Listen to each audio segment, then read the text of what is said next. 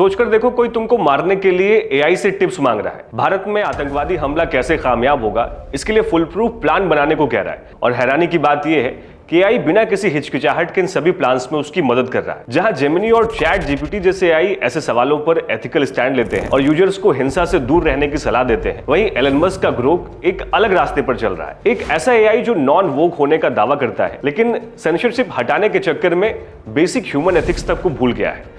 Musk ने Grok को इस वादे के साथ लॉन्च किया था कि सच बोलने वाला एआई होगा जो किसी भी मुद्दे पर बिना किसी फिल्टर के जवाब देगा।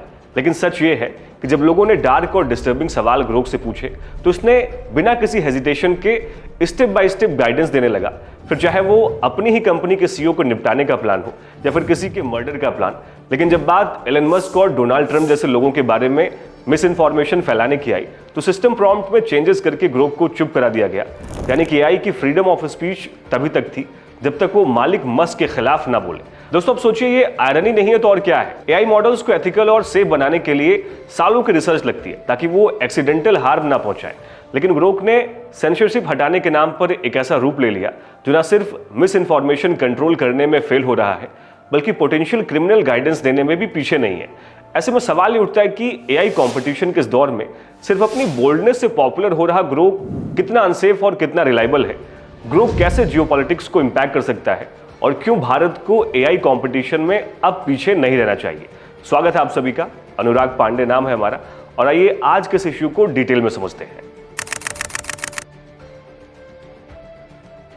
देखिए, किसी भी एआई का काम होता है सही फैक्ट्स और अनबायस्ड इंफॉर्मेशन देना, लेकिन ग्रोक का असली काम वायरल और कंट्रोवर्शियल बातें बोलना है ताकि ज्यादा से ज्यादा उसको एंगेजमेंट मिले।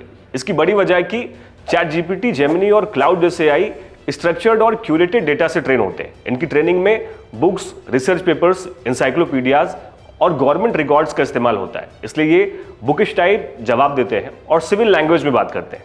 लेकिन ग्रोक एआई एक्स यानी ट्विटर और सोशल मीडिया के रॉ एंड अनफिल्टर्ड डेटा पर ट्रेन हुआ है, इसलिए मुंहफट और छपरी स्टाइल में जवाब भी देता है। दोस्तों, मस्क ने खुद माना है कि ग्रोक का प्राइमरी डेटा सोर्स एक्स यानी ट्विटर है, और तुम भी जानते हो कि एक्स पर किस तरीके से मिस इन्फॉर्मेशन, पब्लिक नैरेटिव्स और टॉक्सिक एंगेजमेंट के साथ ट्रोलिंग की भरमार होती है।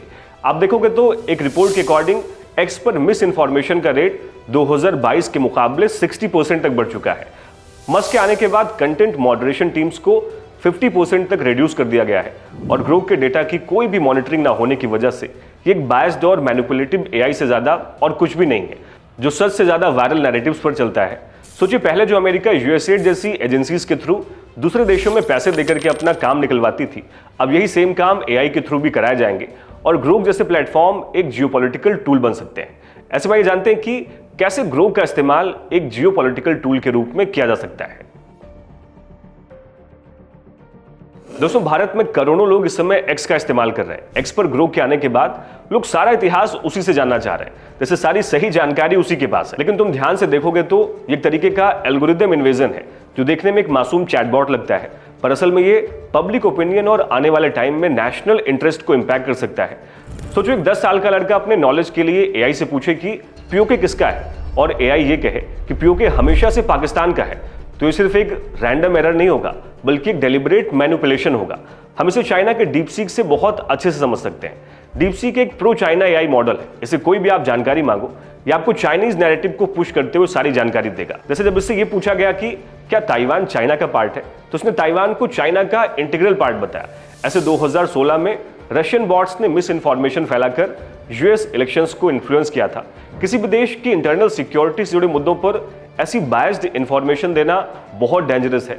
एआई मॉडल्स को किसी भी समय एजेंडा के तहत ट्रेन किया जा सकता है दोस्तों, और ये पब्लिक परसेप्शन मैनिपुलेट करने का सबसे बड़ा टूल बन सकते हैं। भारत के साथ आज पूरी दुनिया एआई ड्रिवन मिस इन्फॉर्मेशन और प्रोपेगेंडा को फेस कर रही है। जैसे 80s 90s में सबको पता था कि पाकिस्तान ओपनली टेररिज्म को सपोर्ट कर रहा है, लेकिन यूएसए फिर भी उसके साथ था क्योंकि वहां पर उसका इंटरेस्ट छिपा हुआ था। वैसे आने वाले टाइम में इन एआई मॉडल्स को भी मिसयूज किया जा सकता है। और हाँ, ये सिर्फ पीओके की बात नहीं है। AI driven narratives Assam, north east insurgency या फिर खालिस्तान मूवमेंट को भी फ्यूल कर सकते हैं। अब अगर एआई डिलिबरेटली ऐसे टॉपिक्स को एक पर्टिकुलर बैस के साथ प्रेजेंट करे तो एक साइबर वॉरफेयर का एक नया और इनविजिबल फॉर्म बन सकता है जो भारत के इंटरनल कॉन्फ्लिक्ट्स को और बढ़ाने का काम करेगा। तो ऐसे में सवाल यह कि क्या हम एआई के इस गेम में सिर्फ स्पेक्टेटर्स ही बनकर रह जाएंगे या फिर हम अपना भी एआई खुद बिल्ड करेंगे? आइए अब इसको भी समझ लेते हैं। दोस्तों, ग्रोक का कॉन्सेप्ट एक डेंजरस मिसाल सेट कर रहा है, क्योंकि कोई भी एआई अगर बिना सच का पता लगाए सिर्फ लोगों के बायस्ड ओपिनियंस और वायरल डिस्कशंस को एम्पलीफाई करे तो एआई का ओरिजिनल पर्पस ही खत्म हो जाता है। मस्क हमेशा फ्री स्पीच का चैंपियन बनने की कोशिश करते हैं, लेकिन जब बात ग्रोक की आती है तो सब कुछ एक कॉर्पोरेट स्ट्रेटजी लगती है। फॉर एग्जाम्पल, अगर तुम एआई से ये पूछो कि क्या बिटकॉइन फ्यूचर का गोल्ड है, चैट जीपीटी या जेमिनी तुमको हिस्टोरिकल एंड फाइनेंशियल डेटा देंगे, जबकि ग्रोक तुम्हें एक्स के ट्रेंडिंग लोगों के ओपिनियंस देगा।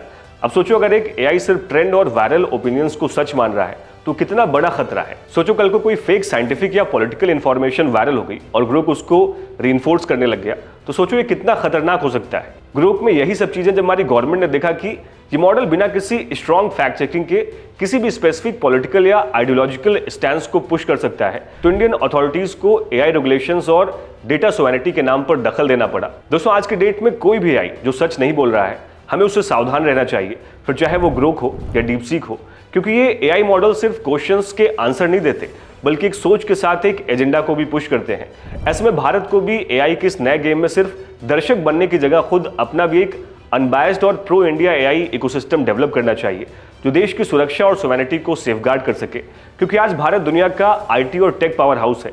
हम नासा के मिशंस में मदद करते हैं, दुनिया को बड़े बड़े आईटी सॉल्यूशंस दे रहे हैं। भारत हमेशा से सोच और इनोवेशन का देश रहा है और अब एआई का टाइम है। तो इस एआई वाले टाइम में अगर हमें अपनी एआई सोवेरेनिटी पर ध्यान नहीं दिया तो कल हमारी सोच के साथ साथ हमारे देश के इलेक्शन रिजल्ट्स तक किसी और के एआई एल्गोरिथम्स डिसाइड कर रहे होंगे। दोस्तों, ये सिर्फ टेक्नोलॉजी की बात नहीं है, ये हमारी सेल्फ रिलायंस, डिजिटल फ्रीडम और फ्यूचर जनरेशंस की थिंकिंग की बात है। भारत को अपना एआई इकोसिस्टम बनाने के लिए सरकार, प्राइवेट कंपनीज और टेक कम्युनिटी को एक साथ लाकर काम करना होगा। एआई हमारा हथियार होगा या हम एआई के हथियार बनेंगे, ये फैसला भारत के लिए लेना बहुत जरूरी है। आप इस पर क्या सोचते हैं, हमें कमेंट सेक्शन में जरूर लिखिएगा। हमारे वीडियो से अगर आपको वैल्यू मिलती है तो हमें लाइक, शेयर एंड सब्सक्राइब करना ना भूलिएगा।